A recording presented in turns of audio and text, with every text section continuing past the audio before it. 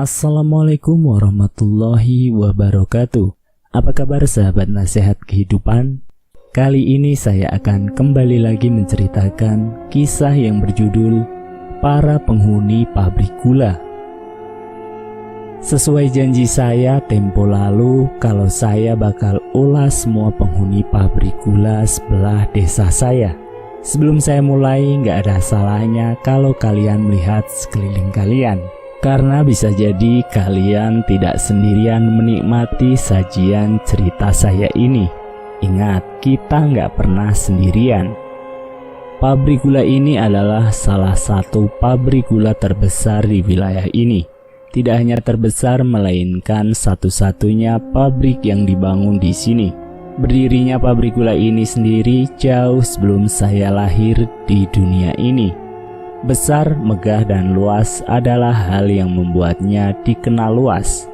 Namun jauh dari kalimat itu, ada dunia yang tidak bisa dilihat oleh mata telanjang. Sesuatu yang akan membuat orang ngeri bila apa yang ada di balik nama besar pabrik itu adalah Kerajaan Dedemit. Banyak yang sadar atau tanpa sadar pernah mengalaminya, karena di sini adalah pusatnya. Pabrik gula ini berdiri di tanah seluas ratusan hektar. Saya nggak tahu seberapa luas, tapi bila dibandingkan dengan desa saya, bisa ratusan kali luas desa saya. Padahal desa saya dibagi menjadi 12 RT. So, bisa kalian bayangkan sendiri berapa luasnya. Sebegitu besarnya luas pabrik sampai-sampai dibuat 4 zona untuk menggambarkan keseluruhan pabrik ini. 4 zona itu disebut dengan zona timur, barat, selatan, dan utara. Saya bakal ulas perlahan-lahan karena apa yang saya sajikan membutuhkan detail agar kalian bisa membayangkan berdiri di sini. Terlepas dari betapa luas dan besarnya pabrik ini, batas yang paling mencolok adalah pabrik ini diapit oleh 2 desa. Sebut saja desa A dan desa B. Desa saya adalah desa A. Kenapa saya mengatakan ini? Karena semua ini nanti berhubungan satu sama lain. Pagi itu udara sangat dingin. Saya baru saja selesai habis sholat subuh di surah dekat rumah saya. Setelah sholat, biasanya anak-anak desa akan ngumpul di depan surah. Mumpung minggu, ayo belaku-belaku, kata teman saya Jamal. Semua teman-teman saya bersahutan setuju. Saya langsung tanya, kemana? Terus teman saya menjawab, gimana kalau ke dalam pabrik? Kali saja nemu bola tenis. Ada hal yang selalu saya lakukan bareng anak-anak desa, yaitu masuk ke pabrik gula di samping desa. Alasannya di sana banyak hal yang saya dan teman-teman saya suka. Salah satunya bola tenis. Jadi tiap Sabtu sore para petinggi pabrik gula akan bermain di lapangan tenis di dalam pabrik. Satu dari banyak fasilitas untuk pekerja yang suka dengan olahraga tenis. Dan biasanya banyak bola tenis yang keluar lapangan dan menghilang di rerumputan liar yang tumbuh di samping lapangan. Bola itulah yang nanti kita pungut buat dibawa pulang. Kenapa harus bola tenis? Bola tenis selain mahal bisa dipakai untuk berbagai permainan tradisional, sehingga di mata saya dan anak-anak lain yang masih bocah, bola itu sama berharganya dengan mainan grade mahal.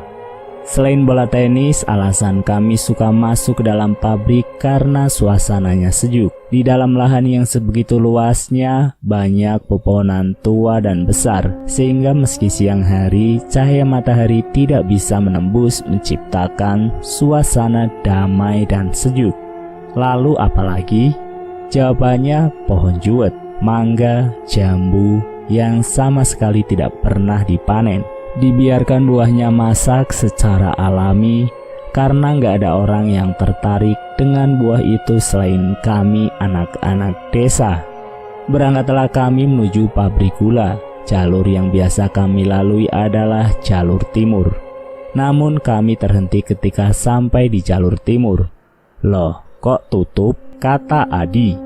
Saya baru ingat hari Minggu gerbang timur ditutup. karena hari Minggu adalah waktu jemaat gereja untuk berkumpul. Gerbang timur identik dengan pagar besi tinggi.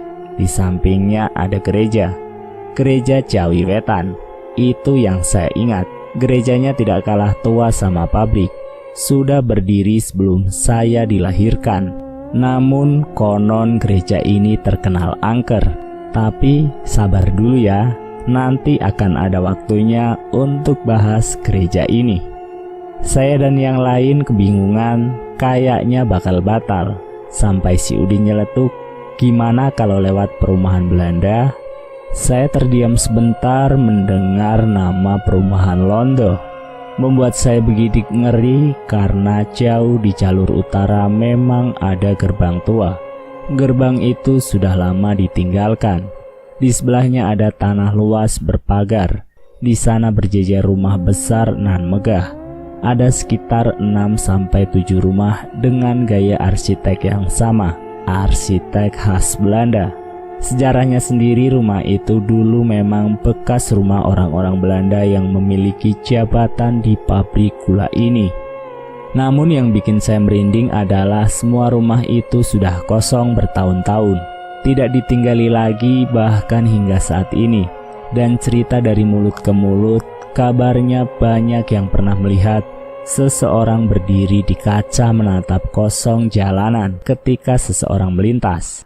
Mereka melihat orang Belanda lengkap dengan pakaian khas mereka, tersenyum menyambut siapapun yang lewat.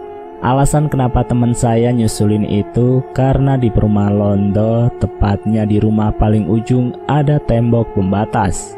Di salah satu bagian temboknya sudah runtuh beberapa bagian, jadi dapat dipanjat oleh kami yang masih anak-anak. Kami pun menuju jalur utara, jalan kaki menyusuri jalan. Sampai di sana satu demi satu kami memanjat, melompat dan sampailah di depan rumah megah yang berjejer. Hal yang paling mengganggu dari rumah ini adalah gaya desain rumah ini yang hampir sama semua. Yang paling mencolok kaca hitam besar di samping pintu. Setiap melewati rumah itu saya berusaha untuk tidak melihat ke dalam kaca itu. Karena setiap melihat kaca itu, saya terbayang wajah-wajah Belanda yang sering saya bayangkan karena cerita-cerita yang tersebar. Namun saya selalu gagal. Saya selalu melihat ke arah sana, memang tidak ada apa-apa, tapi bulu kuduk selalu merinding tiap melihatnya. Teman-teman saya yang lain tampak biasa saja, berjalan tanpa beban, sedangkan saya was-was. Perasaan tidak enak ketika melewati rumah itu selalu muncul tiba-tiba. Seolah-olah saya sudah ditunggu oleh mereka yang menghuni rumah Londo ini. Akhirnya saya dan yang lain sampai di jalan kecil yang menuju ke kawasan pabrik.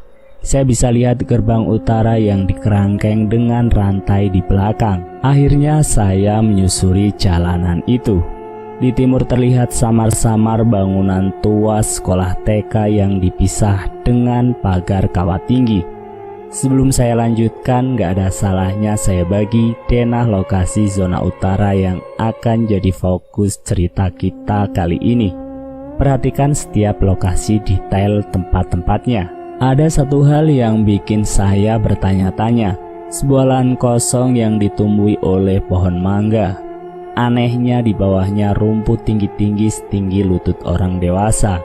Dalam hati saya bertanya, kenapa orang-orang pabrik gak ada yang motong rumput itu?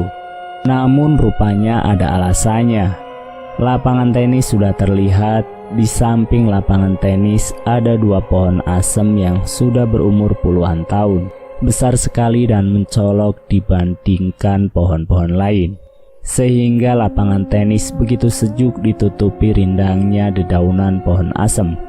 Jauh di belakang lapangan tenis, tepatnya di antara lahan kosong dan gedung TK, ada satu pohon lagi yang mencolok, yaitu pohon beringin. Sampai sekarang, tahun 2019, pohon ini masih berdiri. Saya nggak pernah suka dengan pohon itu. Bahkan sejak saya bersekolah di TK, saya masih ingat jelas kenangan yang nanti akan saya ceritakan secara perlahan. Intinya pohon itu berada di tempat yang terisolasi. Butuh waktu untuk menembus tingginya rumput liar di samping lapangan tenis. Akhirnya kami masuk ke lapangan tenis.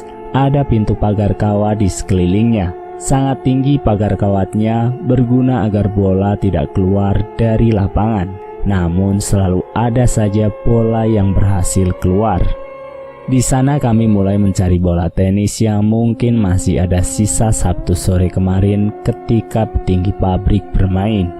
Namun mata saya nggak fokus. Saya lebih tertuju pada dua pohon asem yang bersebelahan sama besarnya. Entah di sana ada apa, tapi bulu leher saya selalu meremang setiap melihat pohon itu. "Aku nemuin bola ini loh," teriak teman saya si Jamal. Saya dan Udin serta Dayat mendekat. Bola segera diamankan di saku milik Jamal. Kami akhirnya bermain-main dahulu di lapangan tenis. Tempatnya adem dan benar-benar enak buat rebahan tidur. Tapi ada yang mengganjal di pikiran saya. Seolah-olah ada yang melihati saya entah dari mana. Dayat yang pertama usul, "Pumpung nang kene ayo golek jambu, wis mateng koyoke. Mumpung di sini, ayo nyari jambu, sudah mateng kayaknya." Bicara tentang jambu, ada satu tempat di mana kami bisa menemukan banyak pohon jambu biji. Jawabannya adalah rumah dinas supervisor. Akhirnya kami pergi lebih ke barat. Di samping kiri kami bisa melihat berjejer rumah besar. Tidak sebesar perumahan London, namun rumah di sini sudah cukup besar karena rumah ini dikhususkan untuk para supervisor pabrik. Sayangnya setahu saya hanya 2 atau 3 rumah yang dihuni. Sisanya dibiarkan kosong tak berpenghuni. Alasannya karena ada cerita yang sangat mengerikan yang pernah saya dengar dari seseorang di tempat ini. Kisah itu adalah didatangi pasukan pocong. Awalnya cerita ini saya dengar dari Mas Hendra. Mas Hendra ini dari luar kota. Beliau dapat kerja di pabrik ini lewat pamannya, Om Ardi, yang kebetulan menjabat menjadi supervisor. Selama bekerja di pabrik ini, Om Ardi dapat rumah dinas dan diajaklah Mas Hendra menginap. Mas Hendra nurut saja karena memang beliau waktu itu masih muda. Belum kepikiran ngekos apalagi punya rumah. Singkatnya suatu malam Om Ardi pamit. Katanya beliau sudah urus cuti dan rencananya mau pulang kampung. Disinilah Mas Hendra akan tinggal di rumah itu sendirian. Mas Hendra yang tidak tahu apa-apa dan baru saja mengenal lingkungan ini jawab iya-iya saja. Toh rumahnya besar dan nyaman. Sebelum Om Ardi pergi, beliau berpesan, "Kalau kamu dengar suara apa saja tidak usah keluar. Ditinggal tidur saja ya nak." Mas Hendra cuma manggut-manggut. Beliau tidak bertanya lebih rinci, mungkin hanya pesan biasa saja. Pikirnya, rupanya itu bukan sekedar pesan biasa, melainkan sebuah peringatan. Malam semakin larut. Mas Hendra duduk di teras menikmati semilir angin malam. Berkawan segelas kopi dan rokok, beliau memandang ke kanan ke kiri namun sepi. Om Ardi sendiri bilang samping kiri kanan rumah ada penghuninya. Tapi Mas Hendra tidak pernah berjumpa sama sekali. Mungkin sudah tidur, pikir Mas Hendra. Semakin larut, suara hewan malam terdengar semakin riuh. Mas Hendra bersiap mau masuk rumah. Namun beliau dikejutkan oleh suara asing yang tiba-tiba melintas. "Kiri kiki." Itu adalah ringkikan kuda. Mas Hendra kaget, bagaimana bisa ada suara kuda di tempat seperti ini. Namun rupanya tidak hanya sekali namun berkali-kali. Jadi beliau mengambil senter dan jaket, mencari di mana sumber suara itu.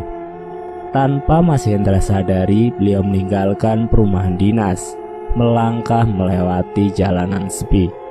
Penerangan di kawasan pabrik memang tidak terlalu bagus. Berbekal cahaya bulan, Mas Hendra menelusuri jalanan. Ia bergerak menuju lapangan tenis, namun suara itu semakin jauh. Rasa penasaran memenuhi isi kepalanya. Mas Hendra tidak memikirkan apapun. Lebih tepatnya, belum curiga.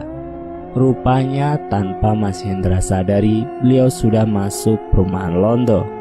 Kali ini suara itu sudah lenyap dan Mas Hendra seolah baru sadar. Dia sudah berjalan sejauh ini. Berniat ingin kembali, Mas Hendra mencium aroma wangi. Dihirupnya aroma itu semakin lama semakin menyengat.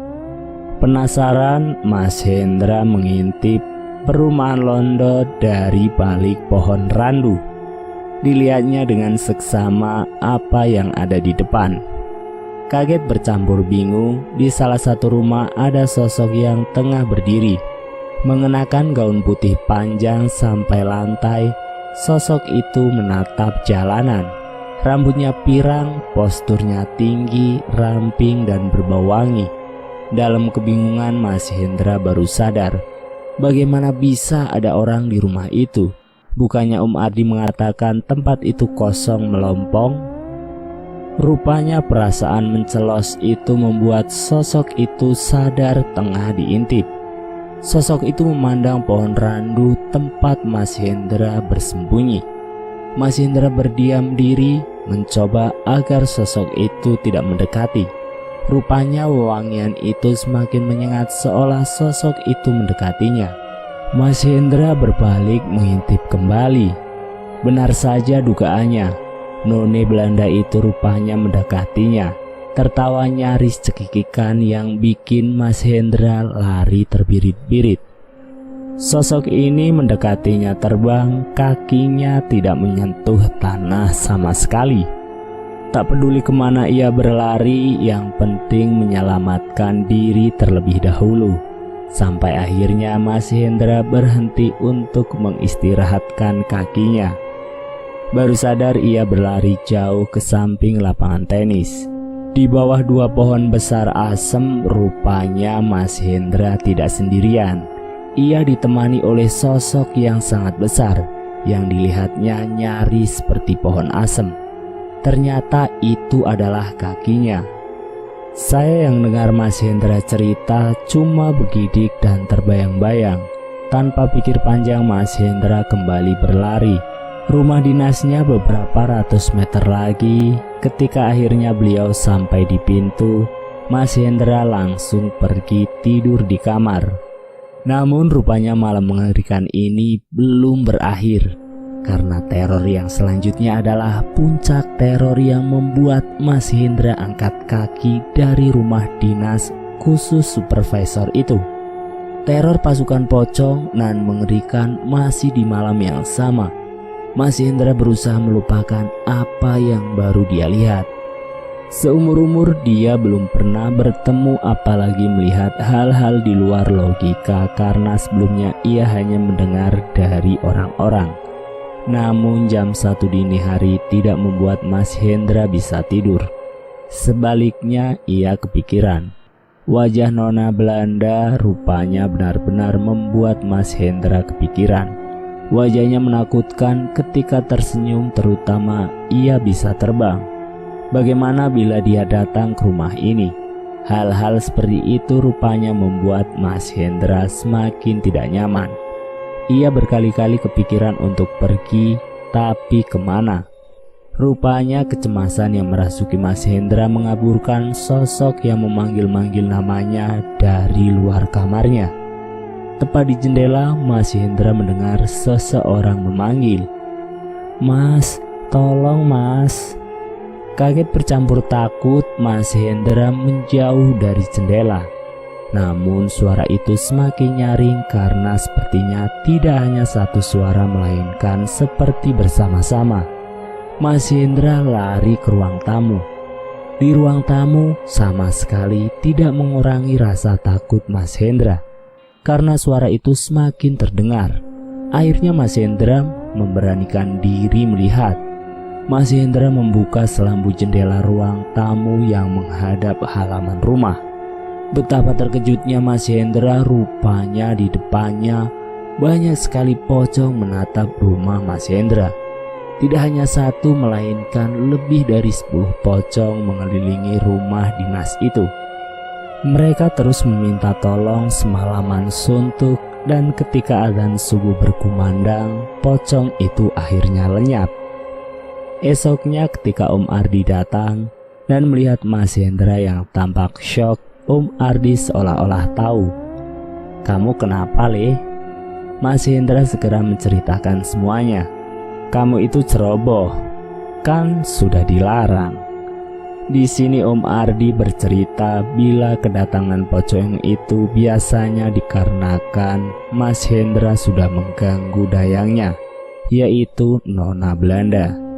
Ada keterikatan apa Mas Hendra tidak mengerti, namun rupanya ada kasta di dalam pabrik ini, sehingga bila melihat penghuni satu biasanya akan mendatangkan penghuni lain.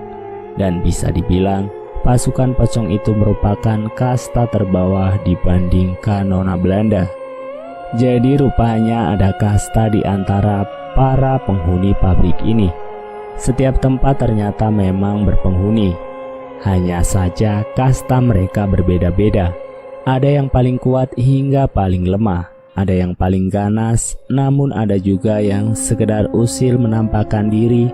Lalu di mana yang paling kuat? Jawabannya ada di lahan kosong di samping gerbang tidak terpakai di utara, tempat di mana rumputnya tidak pernah dipotong. Dahulu sebenarnya lahan itu akan dialihfungsikan untuk parkir truk yang mengangkat tebu. Jadi dilakukan pembabatan guna membebaskan lahan dari rumput liar. Pekerja pabrik mulai melakukan pembersihan.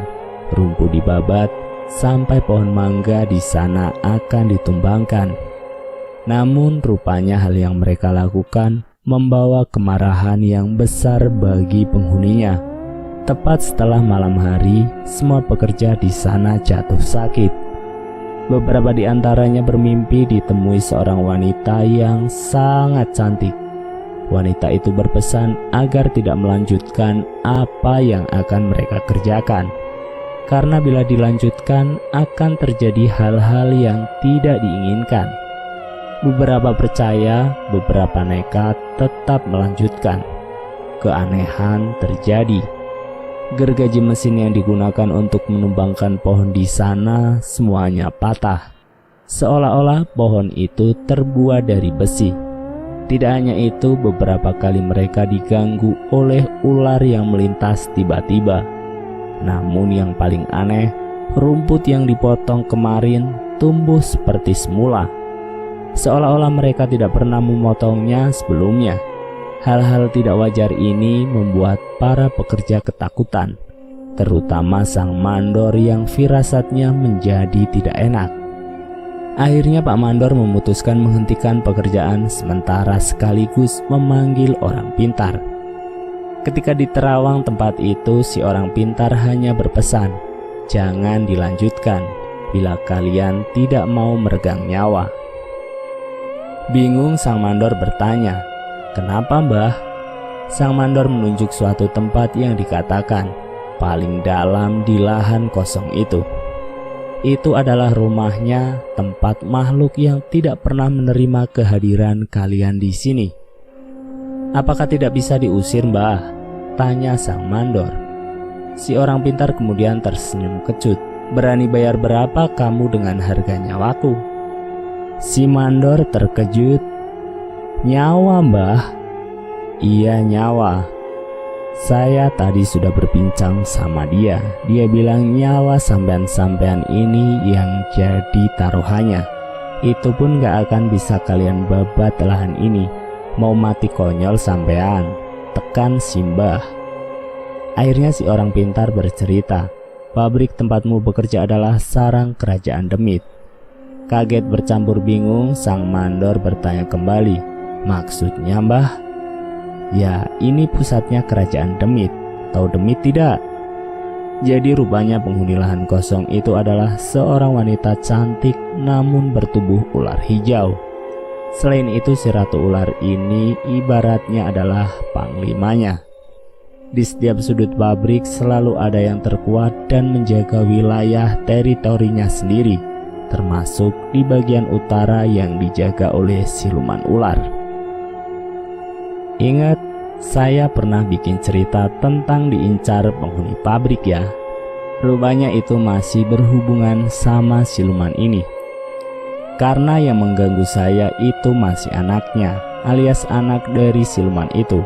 Bisa dibayangkan kalau anaknya saja butuh orang sekelas Nyai Asih, gimana bila mboknya atau ratunya si orang pintar sampai mengatakan nyawa adalah taruhannya bila berani mengusik wilayahnya. Namun semua ini tidak berhenti sampai di sini. Setelah pabrik ini ditutup, ada sebuah cerita yang menimpa warga desa B. Warga desa B ini adalah seorang lelaki tua yang kesehariannya mencari rumput untuk pakan ternaknya.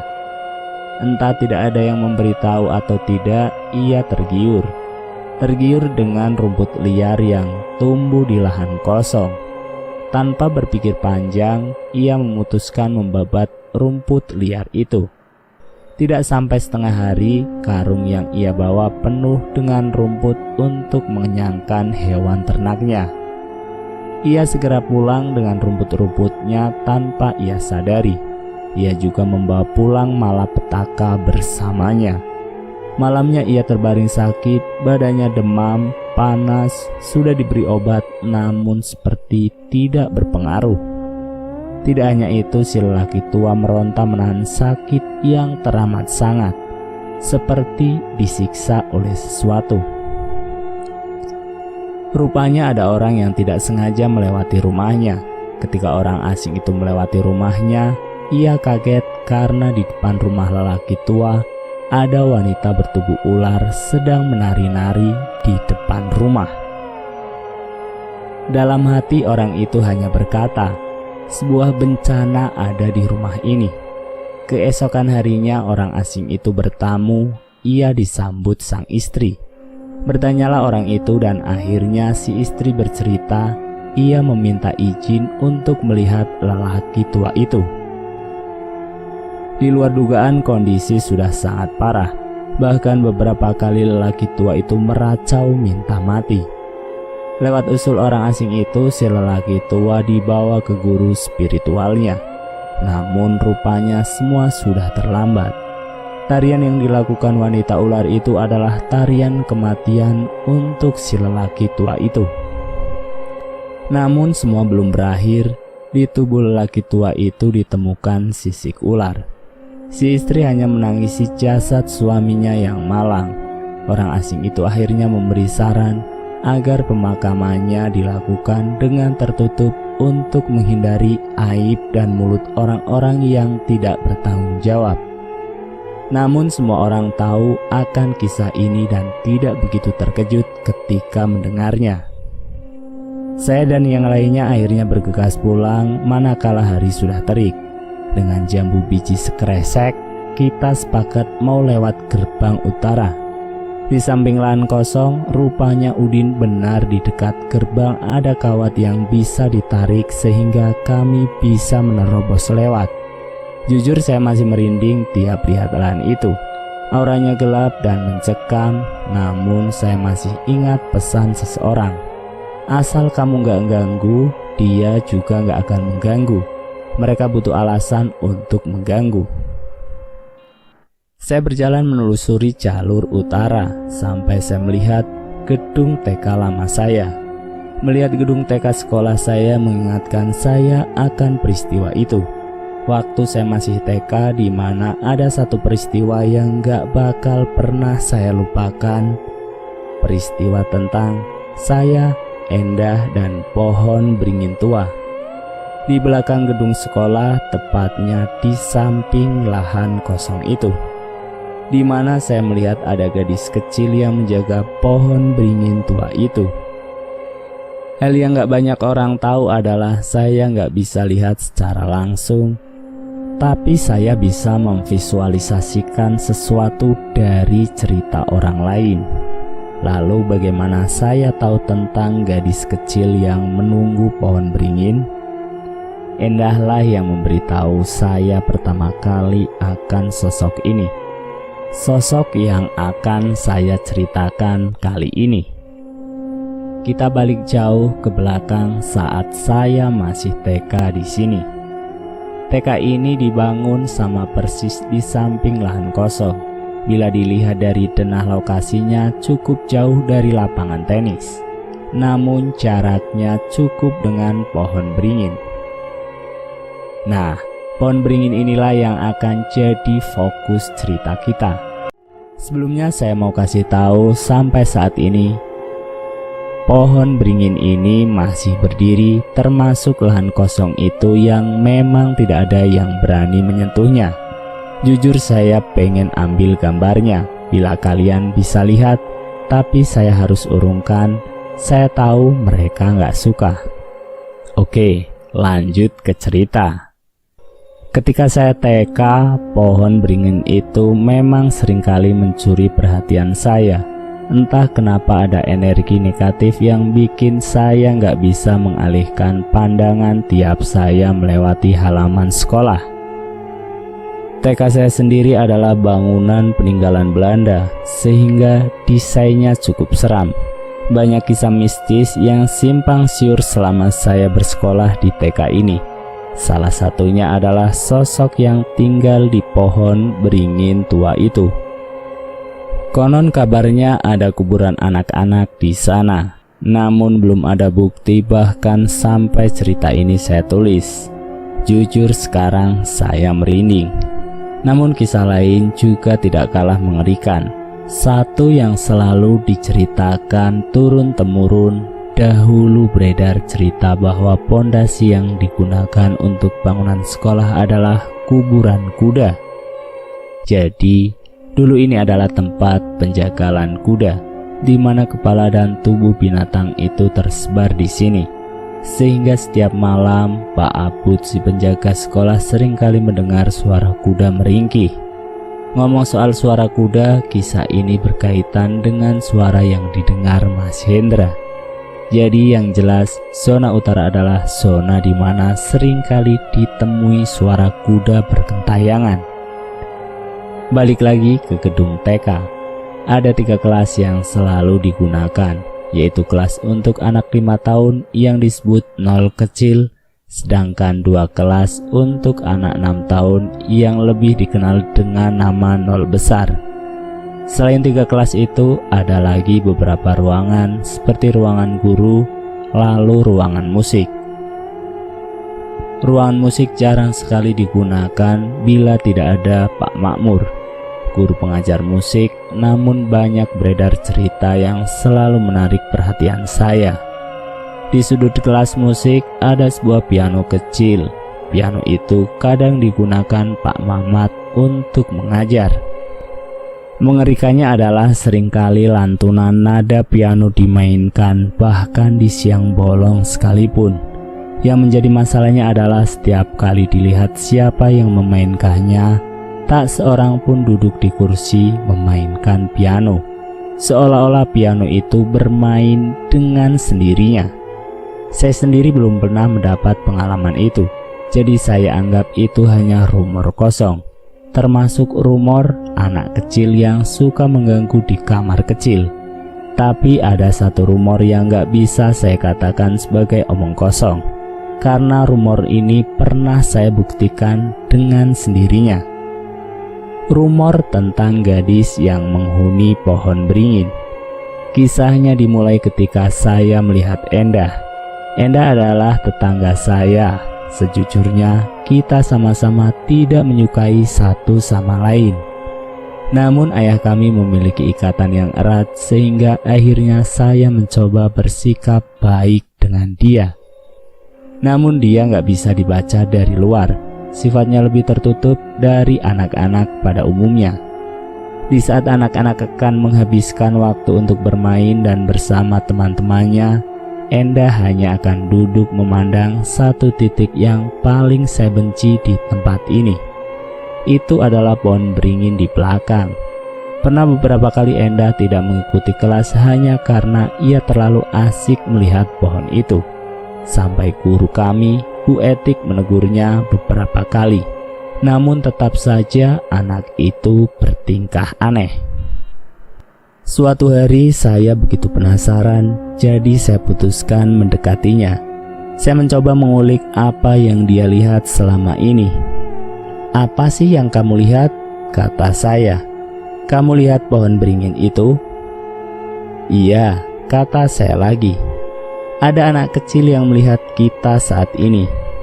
Mendengar itu pelan, saya bisa memvisualisasikan ucapan Enda menjadi sebuah bayangan. "Anak perempuan," kata saya tiba-tiba. Enda akhirnya melihat saya, bisa melihat juga tah. Saya langsung pergi karena entah kenapa firasat saya nggak enak. Itu adalah pengalaman saya satu-satunya yang saya ingat tentang makhluk ini. Namun rupanya makhluk ini adalah makhluk yang sering main ke desa saya.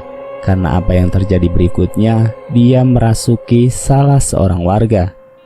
Kejadiannya sendiri dimulai siang bolong ketika saya sedang main-main dengan anak-anak. Saya dengar baru saja terjadi sebuah kehebohan, banyak warga yang mendekat dan beramai-ramai memenuhi rumah. Penasaran, saya pun mendekat. Rupanya Mbah Bun, salah satu wanita tua yang halaman rumahnya seringkali saya pakai main-main, berteriak-teriak nyaris histeris. Suaminya Mbah Nang mencoba menenangkannya berkali-kali, namun Mbah Bun rupanya masih terus menjerit-jerit. Saya yang sedari tadi memperhatikan gelagat aneh itu akhirnya sadar, Mbah Bun kesurupan. Masalahnya adalah Mbah Bun terus berteriak, dia minta pulang. "Aku mau pulang, aku mau pulang." Mbah Nang akhirnya yang pertama kali bertanya perihal itu. "Pulang kemana?" "Ke rumahku," jawabnya. "Siapa kamu?" tanya Mbah Nang. Namun sosok itu melotot, tidak mau menjawab lalu menjerit kembali. Pergolakan itu terus terjadi sampai akhirnya om saya datang. Deno yang merupakan juru kunci desa saya, sekali lihat Deno langsung tahu siapa yang merasuki Mbah Bun.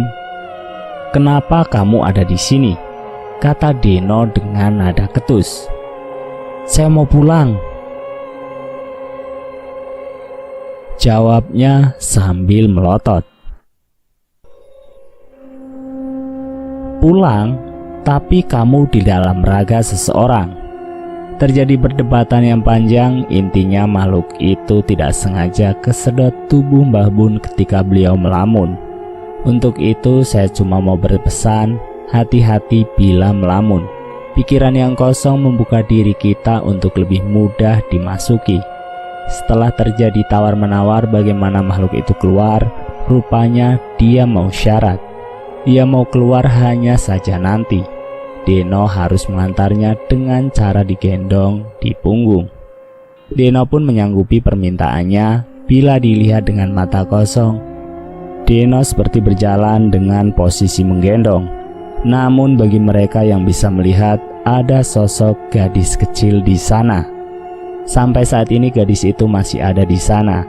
Hanya saja sekarang ini tidak ada lagi suka berjalan-jalan ke desa saya lagi. Entah kenapa, sekarang kita menuju bangunan gereja 200 meter dari gedung TK.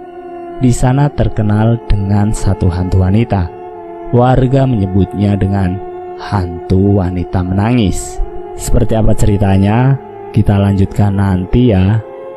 Terima kasih sudah menonton video nasihat kehidupan. Semoga video ini bermanfaat untuk kita semua. Jangan lupa tekan tombol like, share, dan komen. Tekan subscribe untuk mengikuti video kami selanjutnya ya. Wassalamualaikum warahmatullahi wabarakatuh.